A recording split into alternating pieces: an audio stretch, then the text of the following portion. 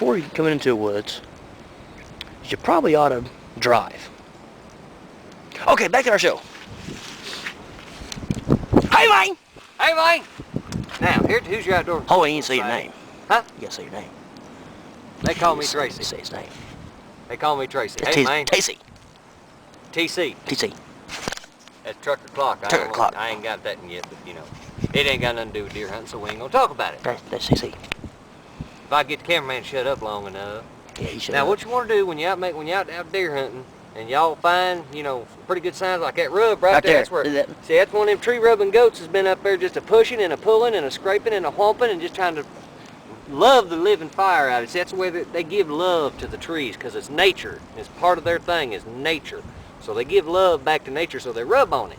See, they got that little tree limb up there. They done chewed all the daggone, all the little spindlies off there. Now, see, this rub here is just a tad bit old, but I don't care. That's a good one, because it means the deer has rubbed there before, and he's gonna rub there again.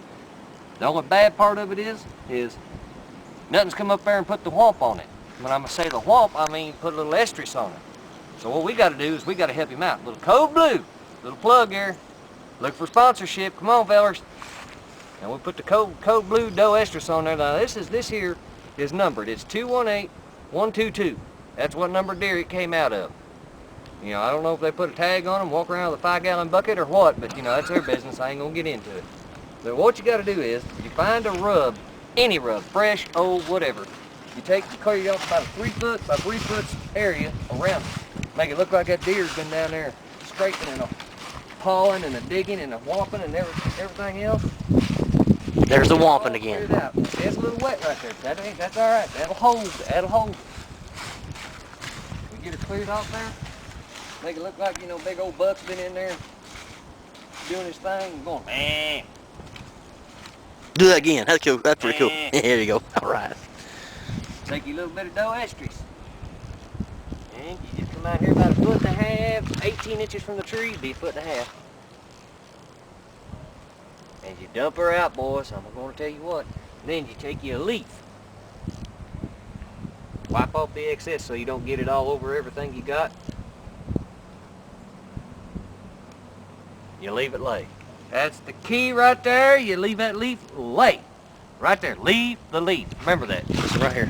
That right there. That right there. Then, what type of leaf is that? That right there is an oak leaf. Red oak. Red oak. Now you have to use a red oak leaf to get the proper...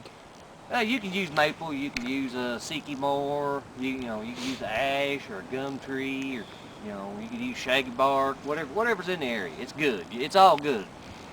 But then, if you really want to mess them up, you make them think that doe that just came up there and put the estrus down, you make them think it's got a bladder infection. And what I mean by that is you come over here and you take your bottle that's got the doe, all it. Yeah, you wiped it out, but you didn't get all of it. Take it over here. You rub it around the leaves.